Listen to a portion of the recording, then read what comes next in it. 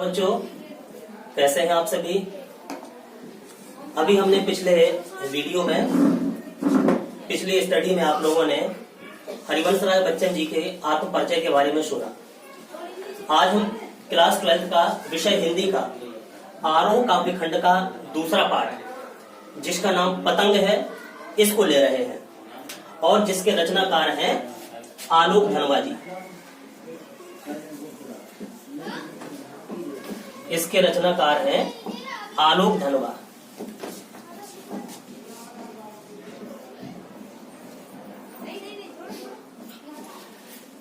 तो इस चैप्टर में जो इसका टाइटल जैसे आप समझते हैं कि पतंग, तो आजकल मौसम भी पतंग का चल रहा है। तो ये पतंग उड़ाने का समय वास्तविक कब होता है? शरद ऋतु में, जब सावन भादों का ये बरसात वाला मौसम समाप्त हो जाता है। शरद ऋतु के आगमन से जब मौसम ये आसमान स्वच्छ हो जाता है, बच्चे बड़े खुश होकर के पतंग लेकर के बाहर निकल करके आ जाते हैं। वो मौसम कैसा होता है, यानी कि इस पाठ में आलोक धनवा जी ने वर्णन किया है। आप लोग ध्यान से सुनिए और इसका अर्थ समझिए। लिखा हुआ कि सबसे तेज बौछारें गई, भादों गया सवेरा हुआ। यानी कि कहने का मतलब है तेज बौछारों वाला मौसम, यानी कि सावन भादों का जो बरसात के महीने होते हैं वो मौसम समाप्त हो गया। सावन भादों का महीना चला गया, सवेरा हुआ और अब नया सवेरा जो कि शरद ऋतु लेकर के आई, सवेरा हुआ खरगोश की आंखों जैसा लाल सवेरा। यानी कि उस शरद ऋतु का जो सुबह का प्रभात का समय था, जब आसमान में सूरज उदित हुआ तो कवि को ऐसे लग रहा है कि जैसे खरगोश की लाल आंखें हो, खरगोश की लाल आंखों जैसा वो नया सवेरा लेखक को प्रतीत होता दिखाई देता है। शरद आया पुलों को पार करते हुए, कई प्रकार की दिक्कत परेशानियों वाला जो मौसम है, कीचड़ गंदगी वाला मौसम, वो साफ हो गया और यहाँ पर शरद ऋतु का आगमन हुआ और उसका जैसे कि स्वच्छ आसमान हो गया, सूरज उदित हुआ। तो खरगोश की आंखों से तुलना कर रहे हैं, खरगोश की आंखों जैसा, यानी कि यहाँ के उपमा अलंकार का वर्णन किया गया है। खरगोश की आंखों जैसा लाल सवेरा, सूरज की तुलना खरगोश की लाल आंखों से यहाँ पर की जा रही है। अतः यहाँ पर उपमा अलंकार का भी कवि ने प्रयोग किया हुआ है। पुलों को पार करते हुए कई प्रकार की दिक्कत परेशानी वाला मौसम व्यतीत हो गया। जब वो सूरज उदित हुआ आसमान में तो कवि को ऐसे प्रतीत होता है कि जैसे अपनी नई चमकीली साइकिल तेज चलाते हुए, घंटी बजाते हुए, जोर जोर से चमकीले इशारों से बुलाते हुए पतंग उड़ाने वाले बच्चों के झुंड को।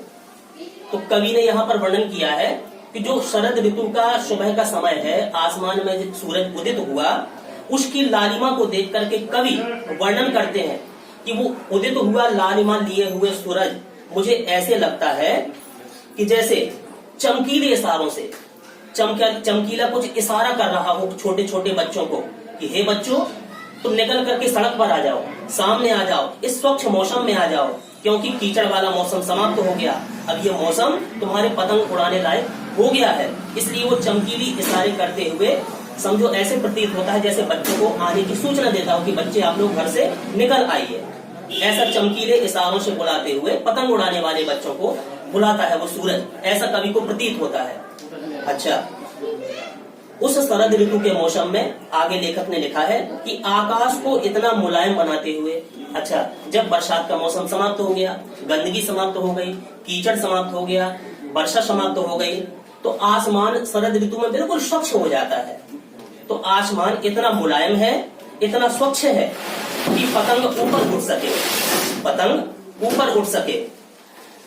यानी कि वो पतंगें जो है स्वच्छ आसमान में आसानी से ऊंचाई तक पहुंच सकती हैं, ऊंचाई तक जा सकती हैं, खूब ऊंचाई तक पतंगें वो उड़ सकती हैं। दुनिया की सबसे हल्की और रंगीन चीज उड़ सके। अच्छा, जानते हैं आप लोग की पतंग जो होती है बिल्कुल पतली झिन्ने कागज से, पतंगी कागज से बनाई जाती है। उसकी जो कमटी होती है वो भी बिल्कुल पतली होती है, लेकिन तो वो आसानी से उड़ सके।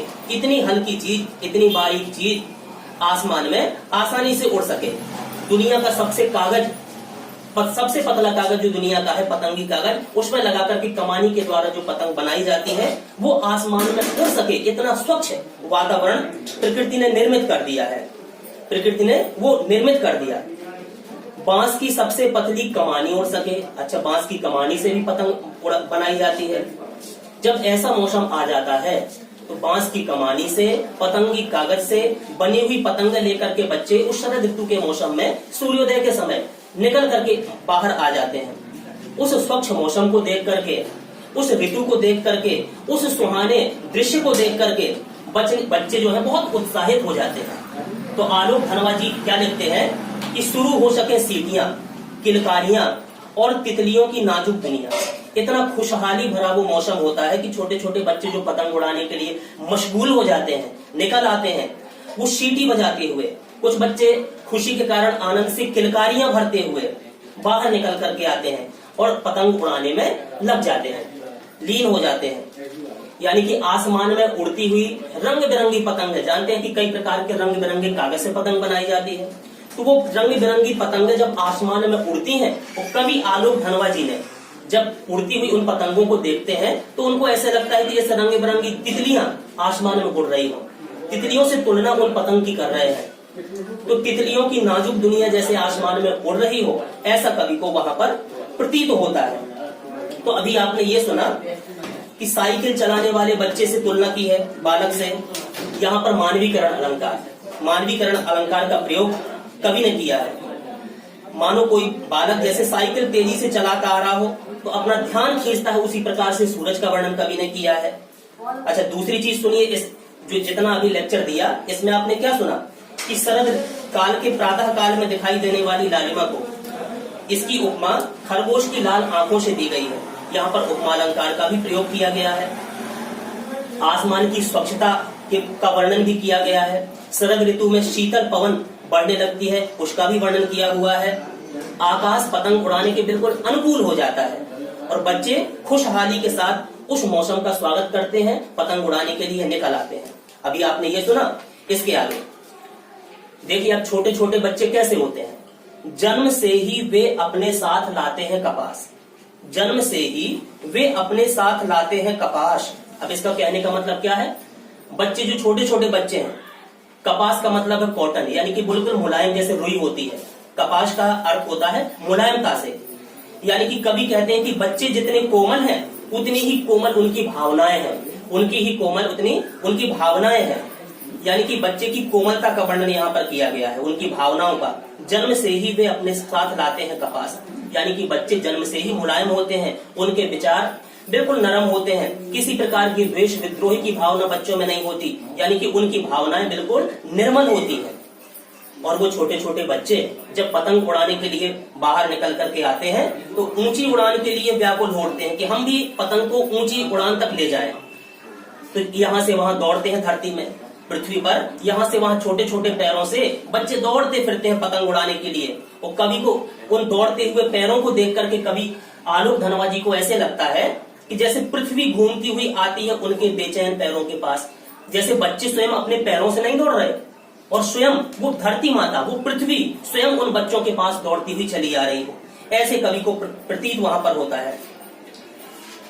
अच्छा, छतों को भी नरम बनाते हुए जब वे दौड़ते हैं बेसुध, जब वे दौड़ते हैं बेसुध, छतों को भी नरम बनाते हुए जब बेसुध अपनी सुध बुध खो देते हैं, बिल्कुल तल्लीन हो जाते हैं पतंग उड़ाने में छोटे छोटे बच्चे, तो कवि को कैसे लगता है कि वो इतनी कड़ी सड़क जो छत है, शक्त छत बनी हुई है, सीमेंट सरिया गारा मिट्टी से जो छत बनाई हुई है, वो छोटे छोटे नन्हे नन्हे पैरों से दौड़ करके बच्चे जब बेसुध होकर के उस छत पर पतंग उड़ाने के लिए दौड़ते हैं, तो कवि को ऐसे प्रतीत होता है कि वो कड़ी छत भी बिल्कुल नरम बन रही हो, उनके पैर उसको मुलायम बना रहे हो छत को भी, ऐसे कवि को लग रहा है।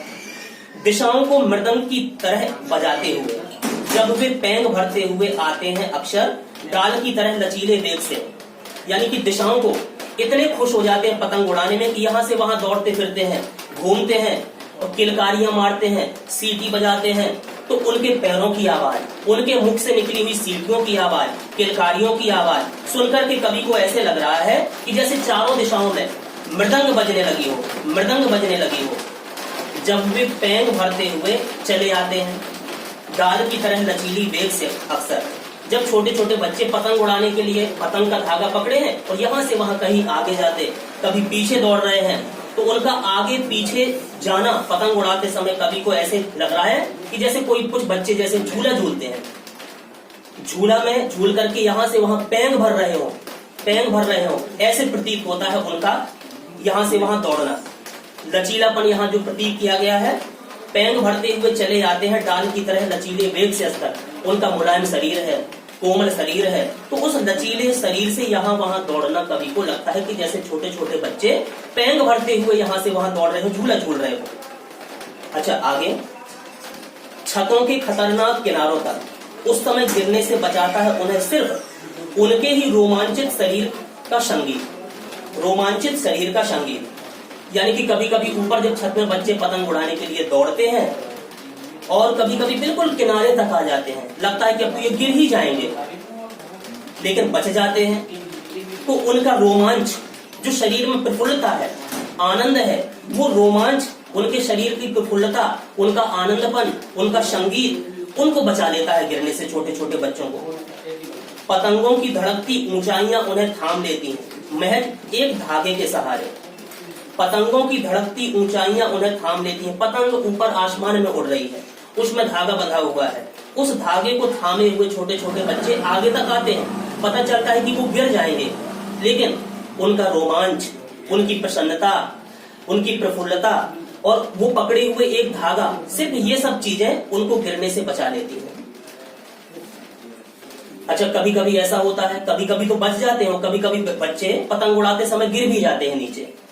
अगर वे कभी गिरते हैं छतों के खतरनाक किनारों से और बच जाते हैं। अच्छा, कभी कभी कोई बच्चा पतंग उड़ाते समय गिर गया नीचे, उसको ज्यादा चोट नहीं आई और बच गया, तो देखिए उस बच्चे की स्थिति कैसी हो जाती है। वो घबराता नहीं है, न डरता है, और भी निडर होकर सुनहरे सूरज के सामने आ जाता है, और भी उसमें परिपक्वता आ जाती है, और वो निडर हो जाता है, उसका सारा भय, सारा डर दूर हो जाता है, और दुगने उत्साह के साथ पतंग उड़ाने के लिए बाहर निकल करके वो बच्चा आ जाता है। पृथ्वी और भी तेज घूमती हुई आती है उनके बेचैन पैरों के पास। तब इतनी तेजी से, इतने उत्साह लिए वो बच्चे जल्दी जल्दी आगे पीछे जाते हैं, तो कवि आलोक धनवा जी को ऐसे लगता है कि पृथ्वी और ज्यादा बेचैन हो गई हो इन बच्चों के पैरों के पास आने के लिए। कवि को ऐसे यहाँ पर प्रतीत हुआ। तो अभी तक आपने ये पाठ, आलोक धनवा जी का पाठ आपने सुना और इसको आपने सीखा भी। यानी कि सुनहरे सूरज के सामने आने का आशय यह है कि सूरज के समान तेजमय। इसका अर्थ समझ लीजिए कि वास्तव में इसका टाइटल पतंग क्यों लिया गया। तेजमय होना, बच्चों का क्रियाशील होना, एक बात, खेलना, कूदना, शोर मचाना, भाग दौड़ करना, कुछ नया सीखना। पतंग उड़ाते बच्चे सुनहरे सूरज से प्रेरित होकर के उमंग और उत्साह के साथ आगे आना, ये गुण बच्चे सीख जाते हैं। अगला पॉइंट जो इसमें आया था कि कभी वो गिर जाते हैं और बच जाते हैं, तो उनकी प्रतिक्रिया कैसी होती है समझ लीजिए बच्चों। वे और भी निडर हो जाते हैं, उनमें भय समाप्त हो जाता है, इतना साहस आ जाता है कि किसी भी विपत्ति का सामना वो आगे अपने जीवन में हिम्मत से कर सकते हैं। अच्छा, जब पतंग उड़ाते हुए बच्चों का मन भी उनके साथ उड़ता हुआ है, वे पतंग उड़ाते समय अत्यंत उत्साहित बच्चे हो जाते हैं, उनका मन हिलोर लेने लगता है। तो ये कुछ मेन पॉइंट है जो इस पाठ से आप लोगों ने सीखे। आशा है कि आप लोगों को पाठ समझ में आया होगा। इस पाठ को आपको सुनना है, समझना है और पढ़ना है। धन्यवाद।